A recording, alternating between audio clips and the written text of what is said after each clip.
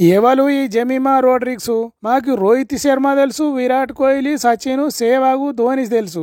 ఇంతకు జెమిమా ఎవరు అంటారా?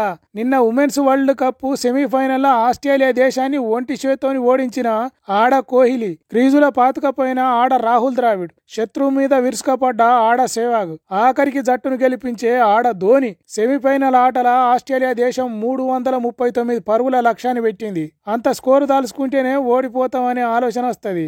అంతేకాదు 2 ఓవర్లకే మంచిగా ఆడే షఫాలి వర్మ కొద్దిసేపటి తర్వాత శృతి మందన అవుట్ అయినరు.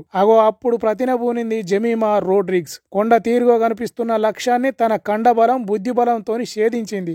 ఆఖరి దాకా ఆడి ఆస్ట్రేలియాను ఓడించిన తర్వాత వర్షం మొదలైంది. ఇండియాను గెలిపించినందుకు తన ఆనంద బాష్పాలు వాన తీరుగా షురువైంది. మువ్వన్నెల జెండా మా వల్ల రెపరెపలాడిందనే సంతోషంతోని అందరి ఆటగాళ్లు కన్నీళ్లు వర్షం తీరుగా గారినాయి. స్టేడియం మొత్తం దడిసింది. ఈ ఆటను టీవీల ముందు కూర్చొని చూసినోళ్లు కూడా ఏడ్చిండ్రు. దీంతోని మొగోళ్ళ ఆటే కాదు, మేమాడే క్రికెట్ ఆట కూడా దేశ ప్రజలకు మజానిస్తుంది.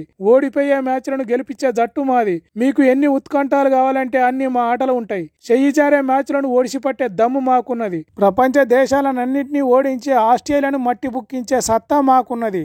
మా ఆటలో కూడా స్ఫూర్తి ఉంటది. కోహ్లీ, రోహిత్ శర్మ, సచిన్, ధోని అసొంటి ఆటగాళ్లు మాలో కూడా ఉన్నారు. ఉత్సాహాన్ని, ఉద్రేకాన్ని, సంతోషాన్ని మా ఆట కూడా ఇస్తది అని దేశానికి సందేశం ఇచ్చింది నిన్నటి మనోళ్ళ ఆట. అందుకే ఆడోళ్ళ ఆటను కూడా చూడుండ్రి, ఆదరించుండ్రి. ప్రపంచ కప్పుకు ఒక్క అడుగు దూరంలో ఉన్న మనోళ్లకు అండగా నిలబడుర్రి. జై భారత్.